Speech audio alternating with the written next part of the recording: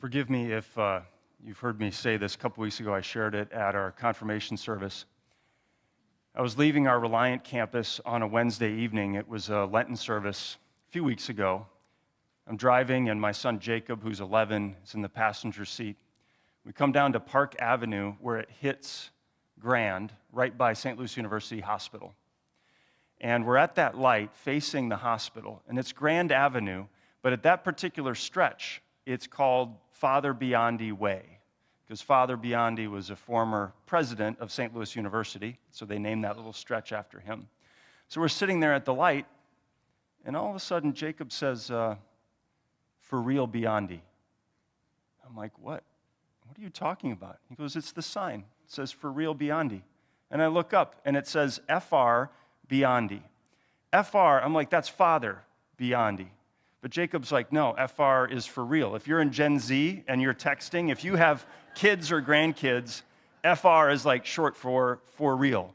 So I'm like, no, it's Father Biondi. He's like, no, it's for real Biondi. No, it's Father Biondi. No, it's for real. So if we have Gen Zers in the room, you know it's for real. And when you say for real, when you text that to a friend, it means like seriously. It means no joke.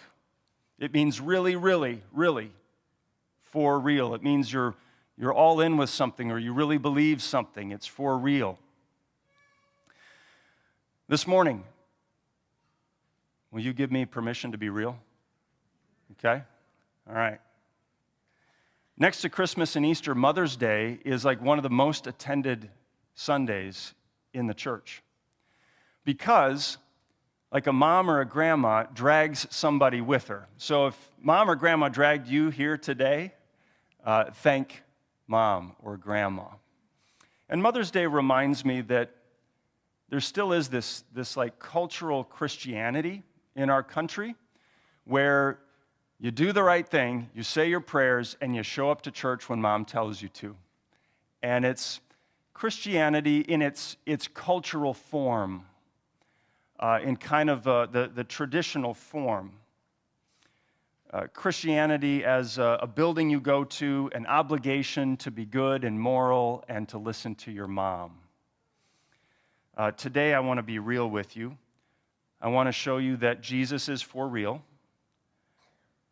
I want you to know that this is more than just a socially acceptable religion, that it's more than just a nice cultural obligation.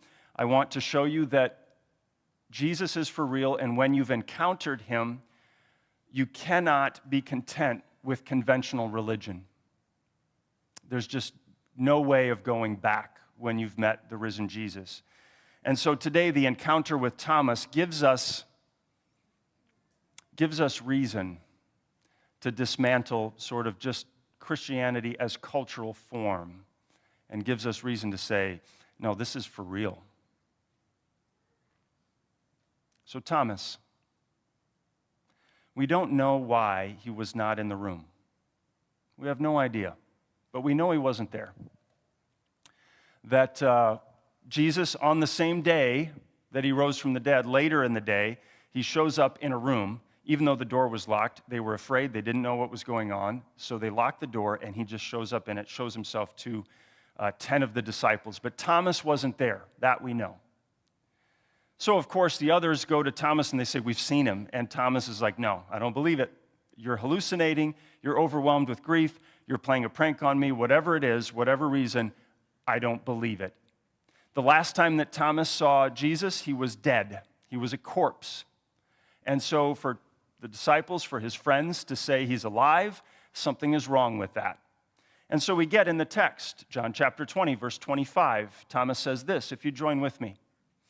But he said to them, unless I see in his hands the mark of the nails, and place my finger into the mark of the nails, and place my hand into his side, I will never believe. Mrs. Smith mentioned that sometimes we call Thomas doubting Thomas, which isn't wrong, but it's not actually the word in this text. Doubt is not used in John chapter 20 at all. In fact, the word is to disbelieve or to not believe. In Greek, aposteo, it literally means like not belief. Or as Thomas says here, I will never believe. So he's not simply doubting, he's actually not believing. To not believe means to reject something, to say no to it, to not to assent to a particular fact. It's a refusal to accept. I think there's a little distinction here that's actually good news for us. Thomas is unbelieving Thomas. Not for long, but for now, he's unbelieving. But to doubt as a Christian, you can still believe and have your doubts, or question, or struggle. You're not outside of the faith if you have questions. And that's really important for you to know. In fact, it's just sort of part of the Christian life that you believe, you're all in, and yet you might still kind of have some tensions. So in the Bible, there was a man who said to Jesus, Jesus, Lord, I believe, help my unbelief. It's kind of like two things at the same time that seem to rub together, but it's sort of the Christian life. I believe, and by the Spirit's power, I'm in. I believe in this, and yet I have questions, or yet there's still some struggles I have. Gives us room for that. But in this case, this is unbelieving Thomas. He says, I will never believe. So 1 week later, Jesus did it again. He walked into the room, this time specifically for Thomas. Think about this. Jesus wasn't there when Thomas said this, but Jesus knows what he said. And so he says, I'm going to go back and I'm going to show myself to Thomas now. I'm going to go back just for him. And so Jesus gave him exactly what he asked for. Verse 27, if you'd read with me. Then he said to Thomas, put your finger here and see my hands, and put out your hand and place it in my side. Do not disbelieve, but believe.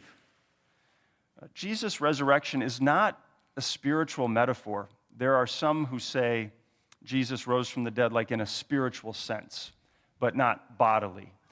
We don't believe that.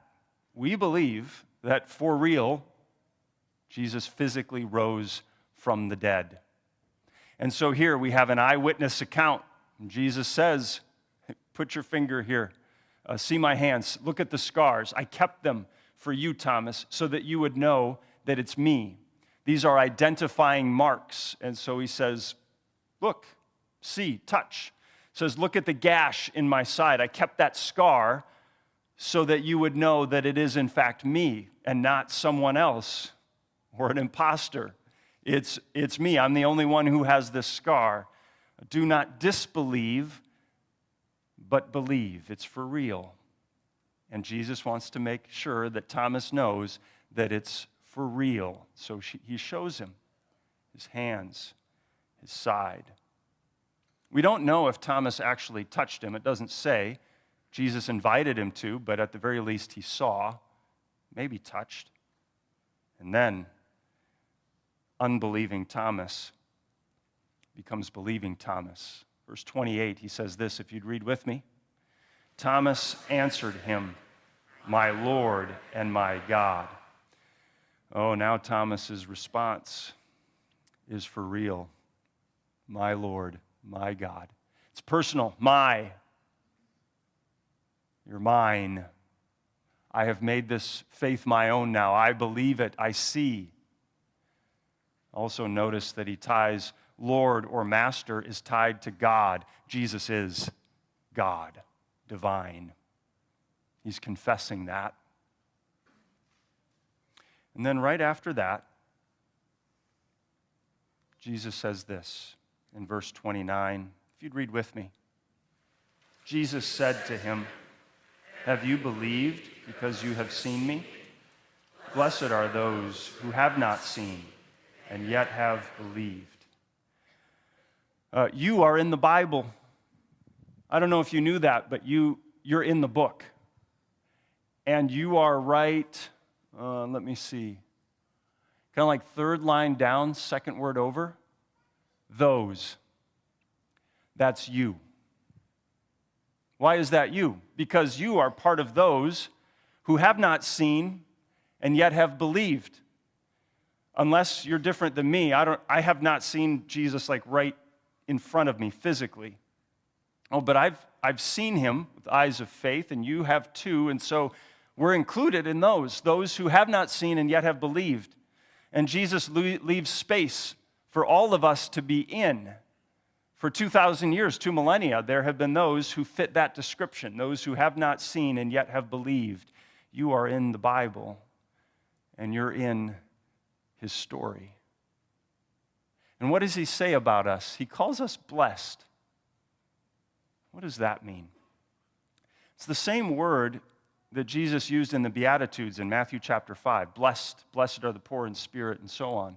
So blessed are those. Blessed is a proclamation of acceptance. When God calls you blessed, he's saying, you are mine, you belong to me, I take you. You are under my care and under my identifying marks. You are blessed. And so you are accepted. By faith, as those who believe, you are those who now belong.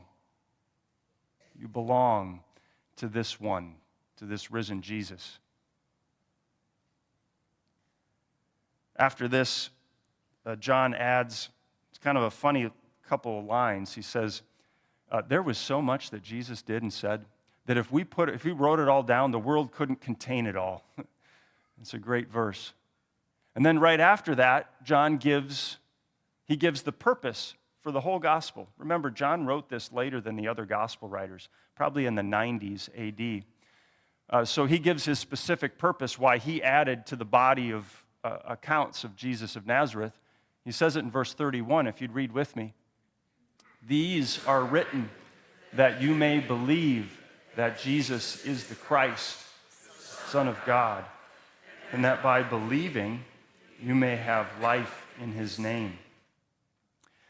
Believe, it doesn't just mean to know something intellectually, just to know facts and the right doctrine, although knowing stuff is important, but it's not all of the word believe or belief. If all belief was assenting to a couple of facts, then you could just check the Christian box on a survey and show up to church on holidays, and that would be good. You'd be like, I'm assenting to this, I am for it. But if believe means more than that, if it's more than just kind of assenting to facts, then to believe is going to require your whole life. It's going to take everything from you. The word believe in the Bible, and specifically in the Gospel of John, means this. It means to trust completely. It means to put your confidence in someone. It means to yield allegiance to someone, to like surrender to them, to say, I'm going to give up myself, give yourself over to someone. I'm going to set everything of myself aside and put it all in with you. That's what believe means. In John specifically, to give yourself over to trust completely, to be all in with someone.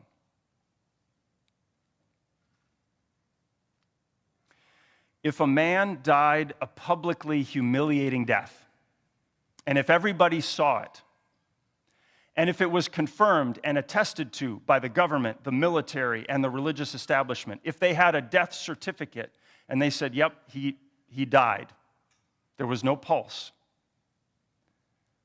And then if that man was buried in the ground, and then 3 days later people started to see him, and if in fact there were hundreds of eyewitnesses who saw him alive, if that happened, then you have to pay attention to that. Then this is for real. It's not just a culturally acceptable religion. Then you really have to, if a dead man came back to life again, you really have to pay attention for real. And if he did, then everything he said in his life is true. And if he did come back from the dead, everything he promised is right and true. And if he is alive at this moment, then this is for real. And it's not just motions to go through. I want you to find a word back in verse 31. It's just 2 letters. It's the second line, 3 words over, 2 letters, is. John says that Jesus is the Christ. He did not say Jesus was the Christ. We do not say Jesus was. We say Jesus is. John and you and me, we say Jesus is a present reality right now, not a past person or a past event. He is present personally right now. The one who died by crucifixion that we might receive salvation, he is. He is ascended, ruling, reigning at this moment.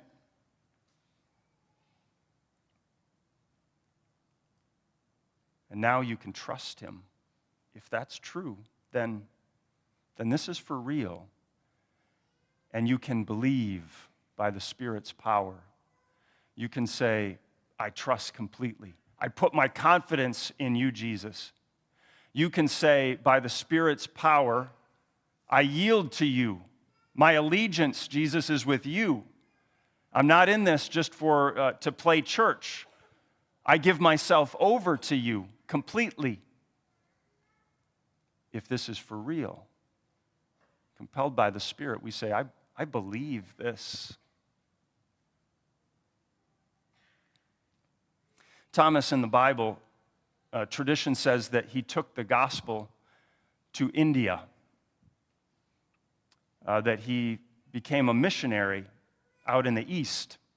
And tradition says that he was martyred, that he suffered and died for his faith. You don't do that on a hoax or a lie or for profit. You don't die for that. He did that because he believed that Jesus is for real. He actually believed it. I told some of you recently, we had confirmation a couple of weeks ago, and my daughter Emily was confirmed. And a couple days before, we were just going for a walk, and just out of nowhere, she said, I'm excited for confirmation. And I said, for real? No. 14-year-olds don't like confirmation. They don't like to stand in front. Does anybody like to stand in front of a bunch of people and talk? That's a strange thing. I said, well, why are you excited about confirmation? She said, because I get to be a for real Christian adult. 19 students stood up here 2 weeks ago, and they said, yeah, for real. I say throughout confirmation for 2 years, confirmands, I tell them like about once a quarter, every 3 months, I say, hey, if you want out, like I would do it right now. Like, let me know, like if you want. Don't do this for mom, or don't do this for grandma or grandpa. Like, you're going to get up and tell everybody, I believe this for real. I make this confession my own for real. And for some reason, 19 of them still said, I'm going to do this. I believe this for real. Last week, we had about 35 new members come into our church. We asked them the same thing. Do you believe this? And they're like, yeah, we do. This is for real. So too you. You are here because there's something about this Jesus that's for real, and you believe it for real. Today is a call for you to trust Jesus more fully. If you've believed him your whole life, even more fully, God, could we say, we give ourselves over to you, Jesus. We yield our allegiance to you. And for some in this room, maybe today, there's somebody in this room that's more on the edge. And today is a call to believe for real. To say with Thomas, my Lord, my God. To give yourself up to him. Because Jesus, the risen Jesus, is for real. Amen.